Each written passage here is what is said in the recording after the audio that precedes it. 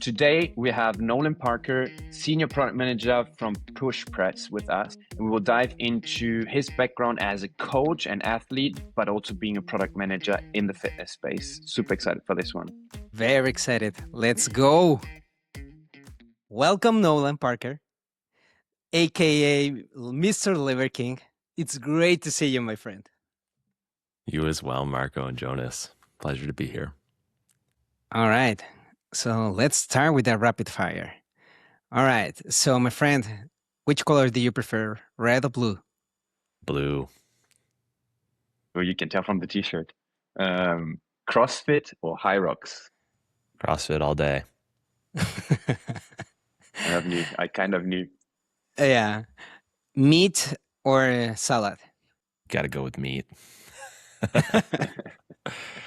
Love them easy ones. Favorite fitness product you use every week? The new one, it's been all about the mobility tools. I knew you guys were going to ask me that, so I grabbed out here. This is the Alpha Ball on Amazon, and it's just like so much better than a regular lacrosse ball. Get it right here in the hips, in the glutes, in the low back. It's a good one. All right. Nice. Married or alone? I am married. Married or alone? That doesn't mean that you prefer that Good one. question. Oh, do I prefer? Yeah. we won't send this to Rosie. Product management or growth management? The answer is product management, I think. Most useful AI feature you have used? I think within Claude Cowork, the ability to just have MCP connection to all the other tools I use in one place is like the biggest game changer life hack for me. Just being able to plug in everything and query the database and just pull from Slack, email, Linear, all the above. From a product lens, what metric are people obsessing about way too much? This might be a hot take, but I would say NPS. One thing I see, like NPS obviously gives you a great overall signal if people like and enjoy your product, but I think people over-index on it. And one trend that I've actually looked at when I look at NPS data is it's very highly correlated with problems that people might have in the platform. So they tend to answer the NPS. Like if you have like, say, an outage or something, you get a ton of bad feedback. And something good happens, new feature release, you get a bunch of good feedback. So tying it and looking at it with your product cycle in mind, I think is really key. So don't look at it just as a snapshot up by itself. Tell me your favorite wearable. We're on Team Garmin now. Team Garmin. Team Garmin. That's interesting. Before you have a Goop, right? I did Whoop and Polar for a long time, which enjoyed all of them. But the Garmin has been really good. I've gone into more cycling and been nice for that. Adidas or Nike? Nike. Though I will say I haven't worn. I got a pair of Nike Metcons, but not a fan of either really. Retention or acquisition?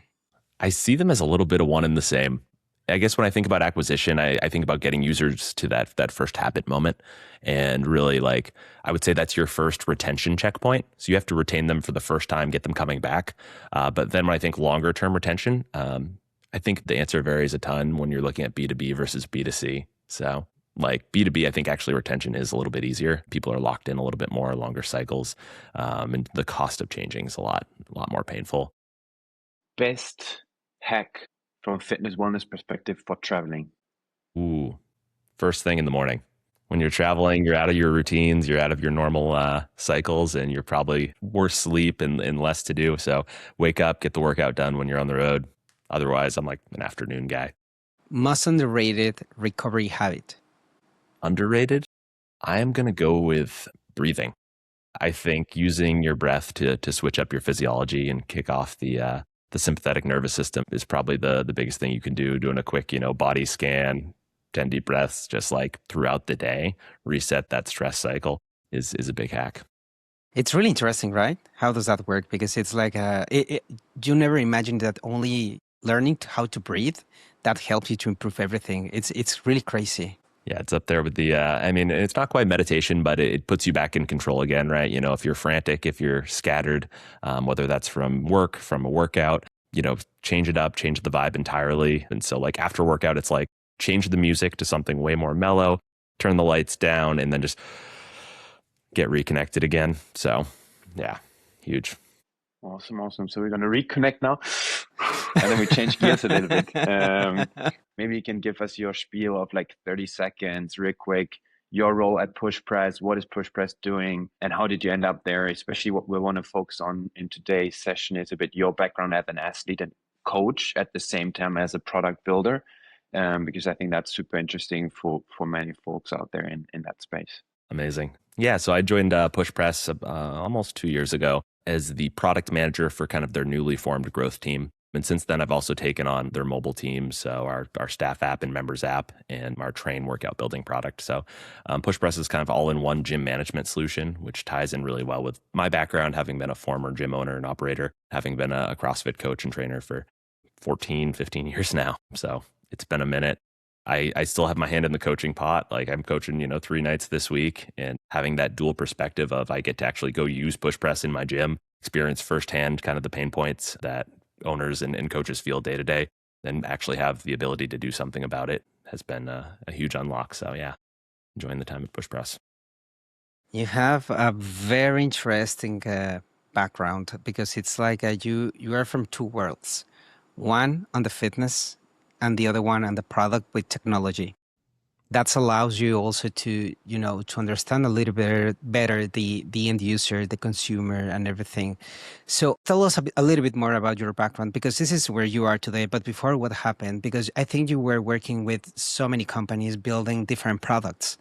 So tell us a little bit more about that. Yeah, definitely. So I kind of found my way into tech, not on accident, but it was never the plan.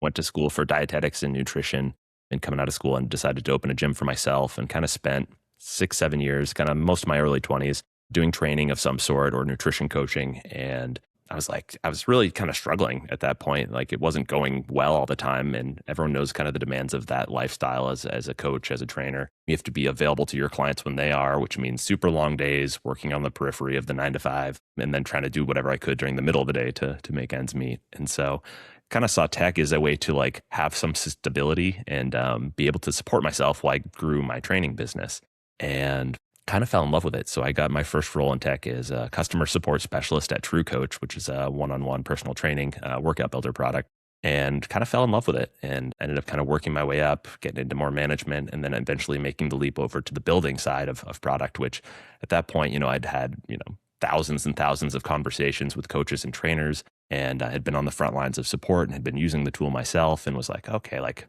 I know what to build. I know how these people think. I'm one of them. And having that firsthand perspective. And I've always tried to keep that in mind as I choose my roles and positions that have worked.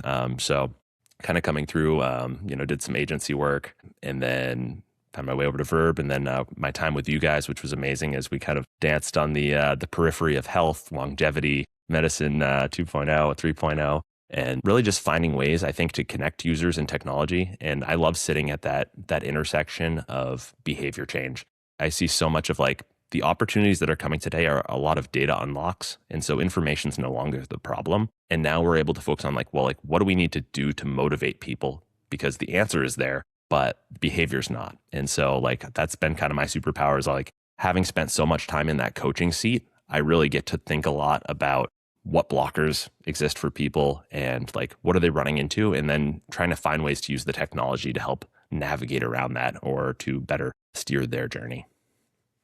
That's great. And I want to actually double down a bit on what you mentioned with like you being a user or like kind of part of this value chain at the same time a builder.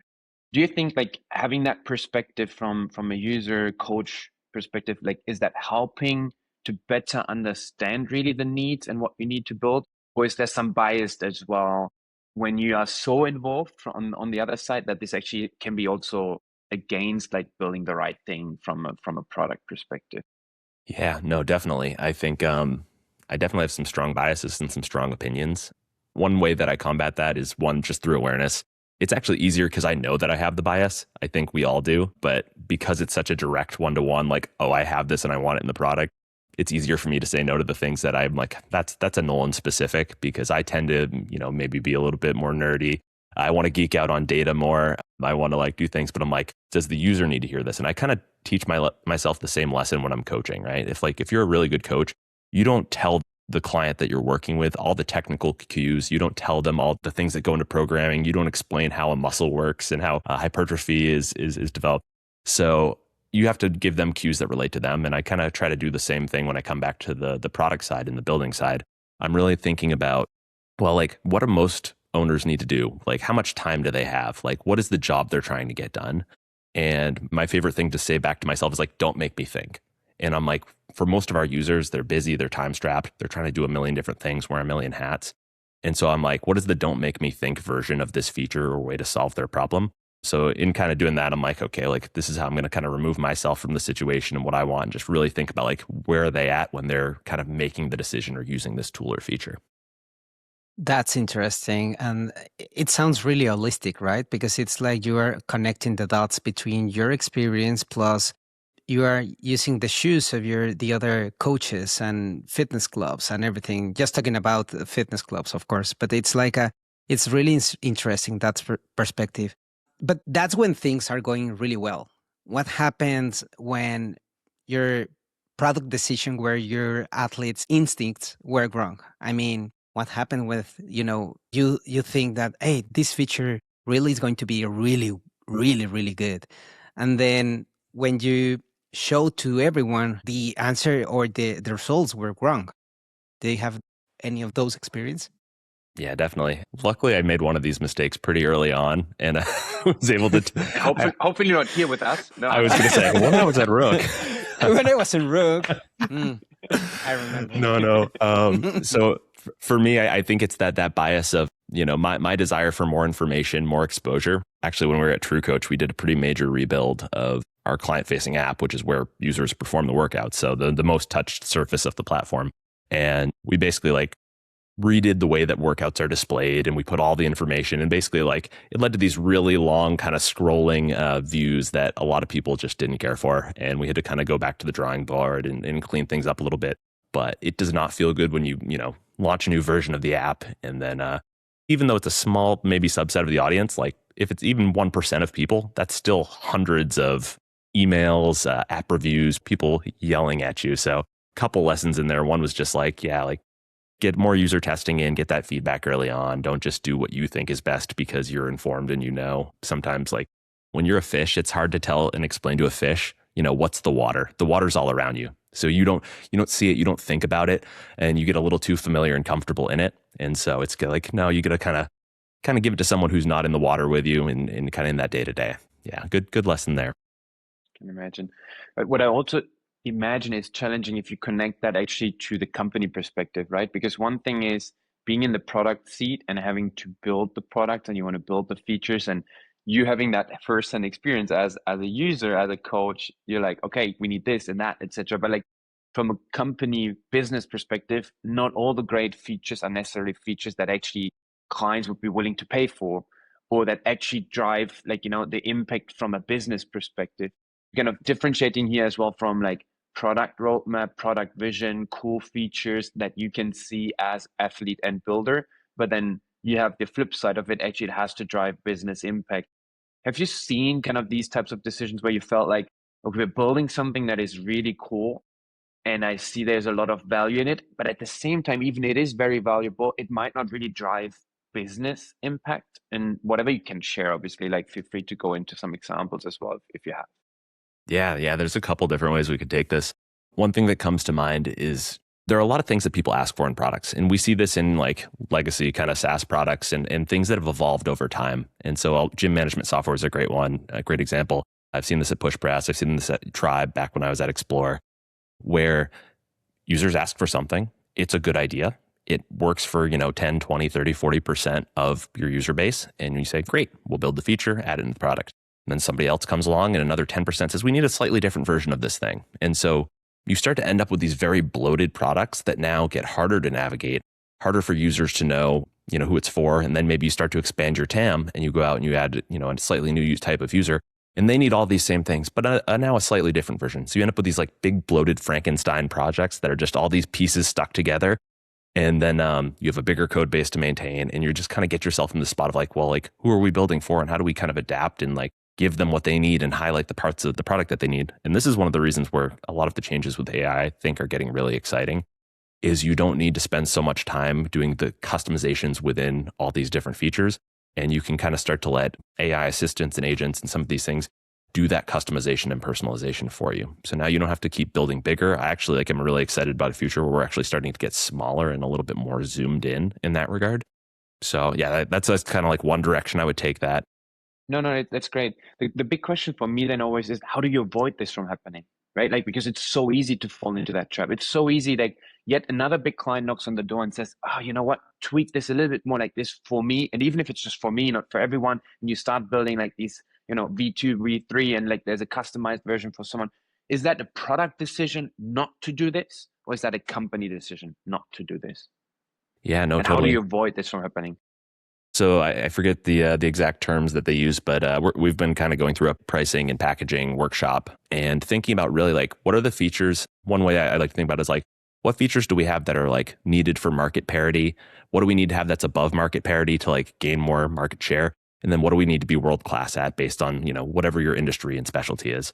And then there's probably a lot of stuff that isn't one of those three. And those are all the filler features, right? Like it's just extra stuff that's in there. And I think you can make a case for the removal of that. So every time a new feature decision comes up, be like, okay, where do we kind of place this and stack this and rank this in our feature stack? And if it's just filler, if it's not hitting a large enough part of TAM, and this is where I think product analytics, need to come into play. You don't always have this when you're maybe an earlier startup, but as you get more advanced, making this kind of a first-class principle as you build of I'm really monitoring engagement with each of the features and understanding like who uses this. Does our ICP use this feature and how many of them and how often? And that way you can start to put some numbers to that qualitative story of like, oh, we have this thing, everyone loves it. And it's like, well, do they? How do they use it? And then what impact does that ultimately make? That's another thing that kind of this shift and like I mentioned earlier, like this consolidation has me thinking a lot about is the job to be done. And then how do we, start to use AI to like unlock these jobs to be done and go from just being like, hey, here's a place where you can do a click to make it happen to how do we start to automate this for you?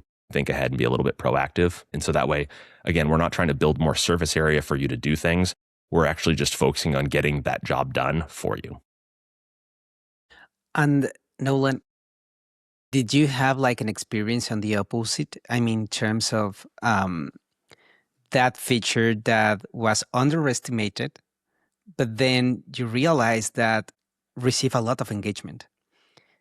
So it was like, because nowadays you have AI tools and you can do prototypes very easy and you can do so many things. But in the past, I'm telling you about 5 years from now, or maybe 2 years from now, where you don't have those days AI tools and make prototypes or do these features very quickly. But before you were like, I have like an idea because I receive XYZ from the clients, and then you create something underestimated and then receive a lot of engagement. Do you have one story? Yeah, I think a great example of that is we did like a rebuild of our dashboard, like the kind of main homepage that users would operate from. And this hadn't really gotten a facelift really since, I don't know, it'd been years and years. I learned a couple things in kind of launching Dashboard 2.0. One is like some people, they just like things the way they are and they don't want them to change, but they don't know why.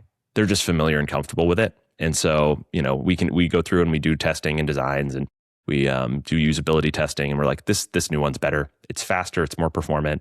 Gives access to more of the information that I know people are looking at on a daily basis based on where they spend their time in the product. And, like that's why I said like these product analytics tools, like once you get to a place that you can stand that up, seeing like the heat map of where are people clicking, where are they spending time, how long are they staying on the page, watching user replays. And so what I saw was we go from dashboard 1.0 to 2.0, but I kept 1.0 open because I said, I want to see how many people, like, I don't want to piss them off. I want to see how like people adopt this new one. And so we see the initial, and the crossing the chasm example of like user adoption. You see your early adopters and then you kind of see the middle group. Then you have the long tail. It was like to a T. It was like early adopters in there, love it, great, performant. And then I do some nudging and push other people and they like it. And we get to like 60%. And then there's just like the laggards and they just don't want to come along for the ride. And so I'm like, okay, we're just going to have to put a date on the calendar and eventually rip the old one off. And then they come over and nobody really complains. They all use it. They love it. It's just they didn't want to try the new thing. So I think that was a really good lesson in that I was a little too actually reliant on what users were telling me when I knew I had something better for them.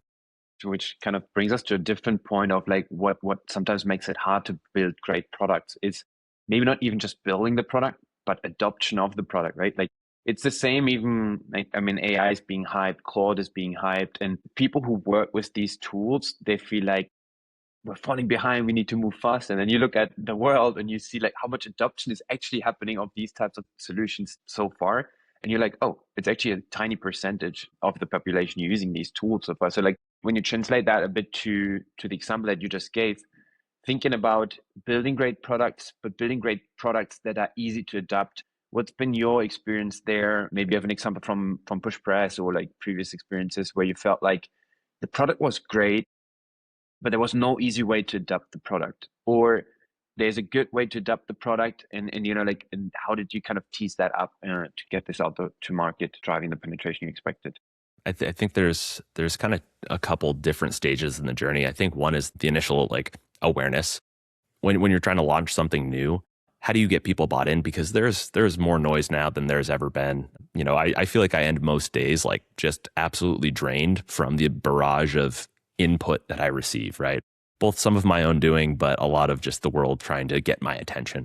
So I think being louder is no longer the way to get seen and recognized and get users to start doing something. I think you need to meet them where they're at. You need to kind of put yourself in their shoes and anticipate like, where's the best way to surface my solution in that it's going to feel like it's already a part of their world.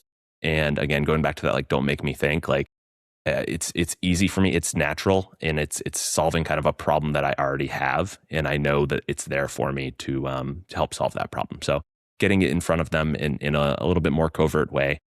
Example of that I'll probably give is building this feature called Member Intel right now, and this is like my absolute baby. It's like a feature that I am so passionate about, and it's basically like an Intel report for coaches before they coach class, and it's solving a problem that's very like real for me, which is I spend my day at the computer, you know, doing my job here at PushPress, and then I zip over to Coda CrossFit and I go coach classes. And I'm like, give me the 30-second intel on like what I need to know. Who's going to be in my class tonight?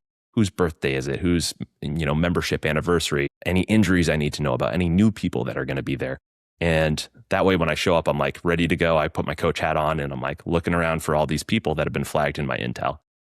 And so one thing that I realized with this feature is gym owners and their staff have a lot of different ways of working. And so it's like, where are they solving this problem today? And like, for me, when I realized, I was like, we're doing everything in iMessage. And I'm like, I end up messaging my gym owner and being like, oh, we had, you know, so-and-so, Sarah was new. She dropped into class last night. Here's how she did. And I'm like, PushPress doesn't know about any of this. We need to get all this information into the system. And so what I'm realizing is we need to find ways to extract data. And again, in the age of AI, this is becoming more and more necessary. And we actually have the tooling now and the power to do it. But if I can gather a broad context, but then only surface the insights that are important, I'm able to give coaches something super valuable, right? I'm telling them how to spend their time and create touch points with members that are going to ultimately create a huge impact in their coaching experience and give everyone a great class. So that's one where I'm really trying to figure out how to close that information gap of like, you do all these things out in the world, you use all these other tools in addition to the one that we have. How do I help bring that context in and make it really easy? So I'm thinking about everything now in terms of notes. I'm like, how do I log this as a note? How do I get this intel into the system and out of either the coach's head or out of the iMessage chat or the Slack thread and pull it into a place where it can be used by other people at the right time? That's really cool because it's like something that you really need. And it's like at the end of the day, you have the knowledge to manage your people and the classes and everything.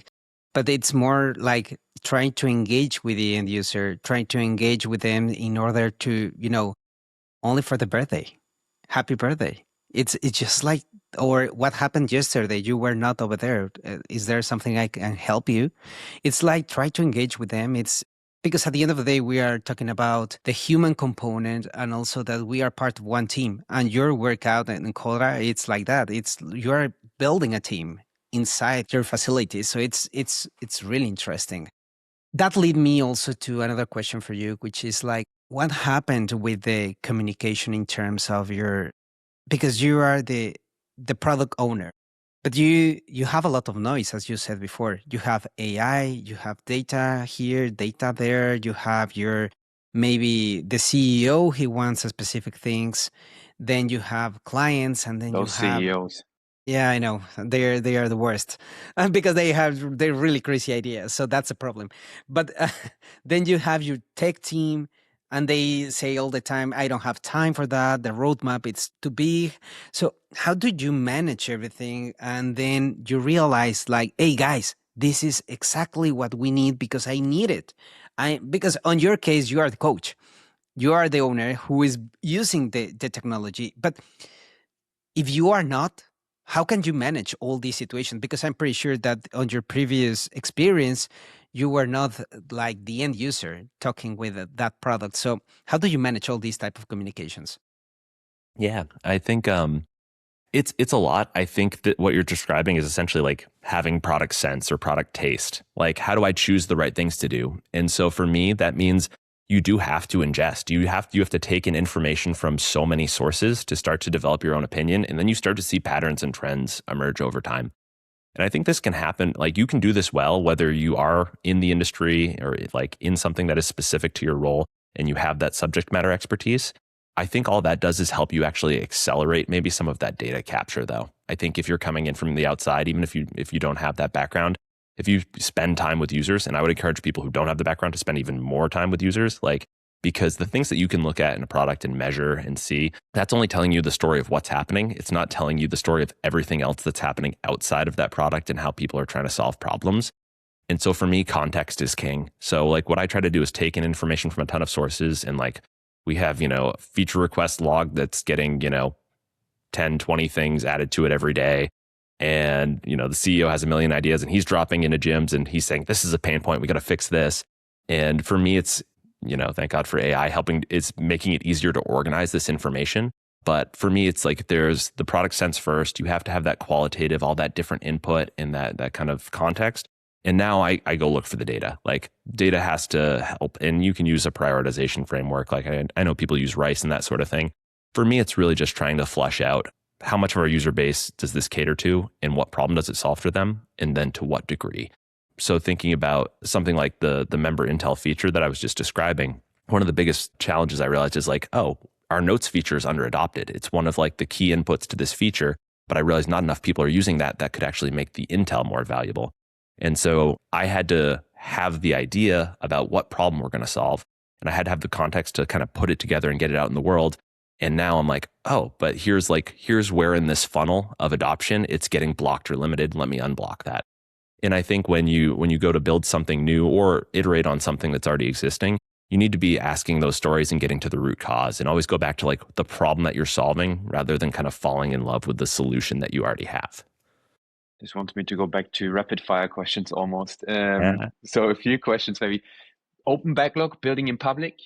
Is that something you would prefer over closed doors then? Is that kind of what I'm taking from your argument?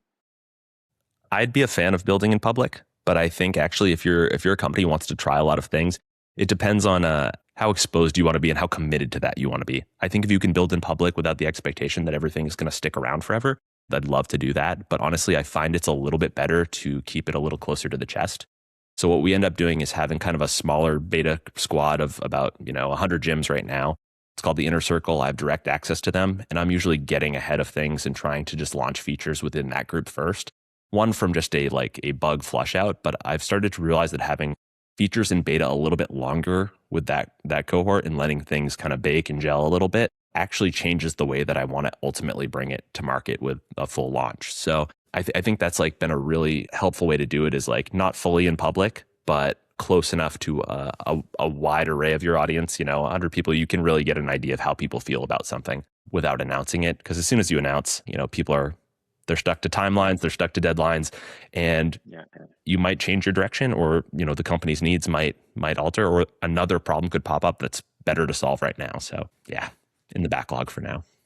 You mentioned about fell in love of the problem rather than the product or the feature. Have you ever felt in love with one feature that didn't work? Ooh, I'm trying to think. He got you. Yeah. I wouldn't say I'm too in love with it, but I've definitely had some that I'm like, I think this will be useful. And it was hard. It was not that it was went poorly, but it just didn't take off the way I expected. And I think it's just those things that like people don't really remark on, or they don't really like adopt a ton. I think one was like I did like pricing recommendations for gyms. And so my thought was, gyms want to be competitively priced. And if they're not charging enough for their memberships relative to their area, they're leaving money on the table, right? So trying to like think like, how do we make gyms more money? And so I did a project where I kind of sourced a ton of data, looked at all our gyms, looked at average pricing in different areas, and then also looked at by industry, because we want to separate out, CrossFit from jujitsu and that sort of thing. And so basically now every pricing, or every time you go to develop a plan, we have a template that says, this is what we think you should charge for this based on your area. Like owners are pretty locked in. They kind of know what they want to charge. And it's hard to do that at scale in a way that's actually effective, I think, because you don't know what their service is and how much they pay their coaches. And like without more context there, the feature just didn't quite hit. So that'd probably be one. Not a flop, but also just not like, didn't quite do what I was hoping it could. It was underpowered. Got it. It's like having this Airbnb, right? It's like you more or less know how much you pay for the rooms and everything. It's a lot of power for the end user. I see that. But for the coaches or maybe the owners of those facilities, they were like, no, it's not accurate. I can see that. Like actually on that note, like there's probably a lot you can do by the scale with a company like PushPress you're getting right now. You have so much data you're sitting on top, right? Like the average class attendance, what's being charged by class on average, membership pricings, typical kind of scheduling and so on. I could foresee even features that go in that direction where the other coaches or other gyms or CrossFit boxes can kind of benchmark themselves against the norm or against what you've seen across the board. So, which is interesting because again, that ties back to more of a business perspective, which I know is sometimes challenging in fitness, right? Because a lot of the gym owners are doing this out of passion and see more the coaching aspect of it rather than the business side of it, which is also a challenge then to obviously build the right features that I actually appreciate it, because not always the business driving ones are necessarily the most appreciated ones. Totally. And we're seeing this now. We have kind of a new like AI assistant that lets gym owners be able to query against their own data and, have the smart logic on top of it. But we kind of in the background, we've always talked about having, a gym leaderboard. And we do have these like built out internally where we can, look at the list of from revenue, 1 to 5,000, like how are gyms stacking up?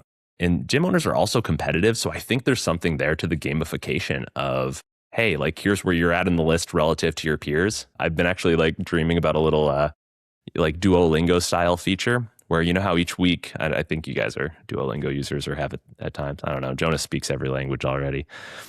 Almost.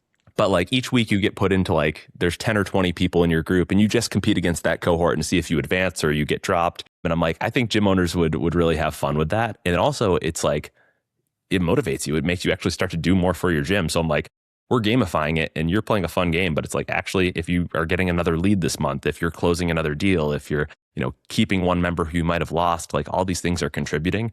Gym owners are really, they're living in the margins. So it's like any like one member plus or minus each month, like that trajectory over time makes a huge difference in the business. Can totally see that. I have more questions about communication.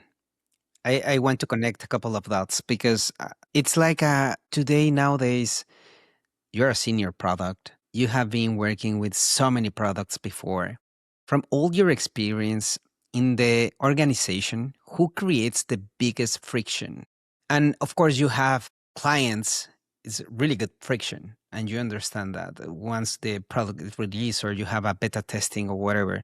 But what happens internally when you have that idea and everyone is like, I don't know, or the CEO is, I don't know, or you're whatever. So do you have like experience before or something that happened that created a lot of friction and you were like, oh my goodness, I need to push this one? Yeah, definitely. I think for me to even zoom back from that, it's how do you avoid that situation happening? And for me, it's going upstream. Right.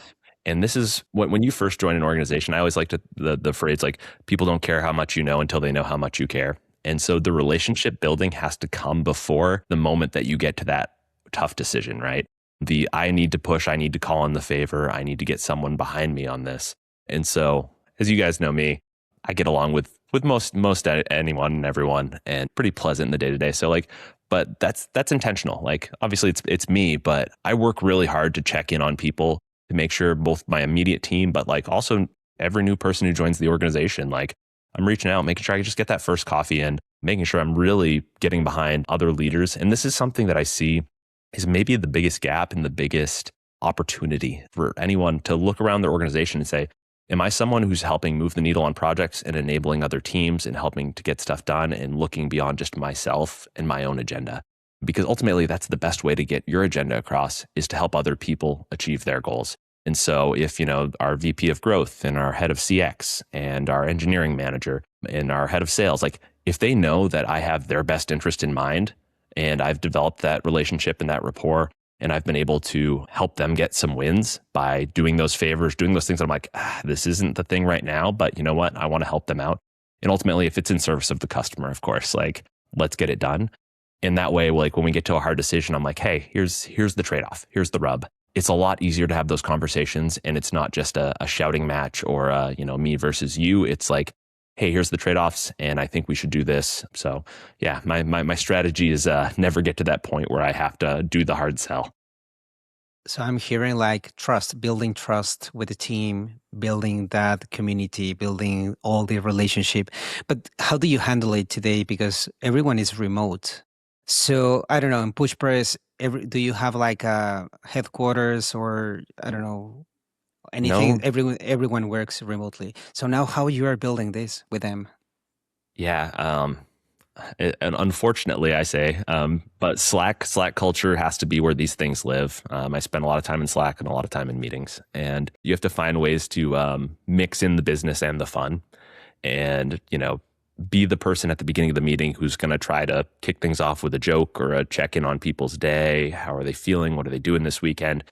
And you just get these little opportunities, this little like kind of micro at bats, and then also like I will at least a couple times a week just reach out to someone I haven't talked to in a while and just check in and just say like, hey, how's it going, man? You looked like you were a little stressed in that meeting. And so just making them aware that it's more than just work. And then also it humanizes us. I think that's one of the biggest traps we fall into with this remote work culture, is just like everything's an exchange. Everything's a transaction. And it's like, your department needs to do this for me, or this is a bug ticket. You guys got to go fix it. And like, they're stressed. They're talking to an angry customer. They're giving it to me. I got to fix it, but I'm getting yelled at from 10 different directions. And I'm like, why can't everyone just calm down? So taking that step back, and sometimes you got to even do it physically, right? Like take a step back, breathe. All right, now I can approach it again. That's cool. That's cool.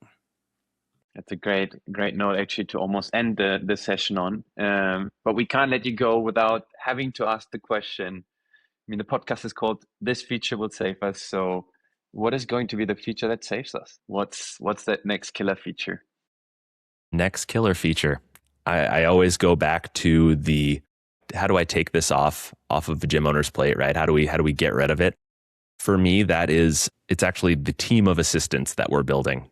And so what we're thinking about is what are each of the key roles that someone needs help with that they're probably not an expert in. So for a gym owner, they don't have time to hire or the resources to hire a full-time staff. So we're like, what does the best sales and marketing assistant look like? What does the best general manager look like? What does the best head coach look like? What does the best, member experience helper look like? And so we're kind of starting to rethink the way that we do this to focus on expanding the capabilities of what one, gym owner can do with a team of smart assistants who are helping to automate these actions. Because we have, like you said, all this data sitting in one place. We have all this context about how other gyms are operating. What do successful gyms do? And how do we start to translate and turn all these daily jobs to be done into just automations that the gym owner can sit back, look at one place and say, oh, new member Jonas is coming in today, send him a message, click. Oh, Marco hurt his leg, check in on him, click. Here's a churn risk report. These are the 3 people that are most likely to churn this month based on recent attendance trends. Do you want to send an outreach? Click. So now you're sitting at the helm. You're not the one who has to be the expert in all these areas and how to solve the problem. You just need to be the one making the decisions, calling the shots. So will it save us? I hope so. Us and the world, I guess. Appreciate it. Nolan, it was great to have you on. Thanks so much for taking the time. Really appreciate it. Thank you, brother. It's been a pleasure, guys.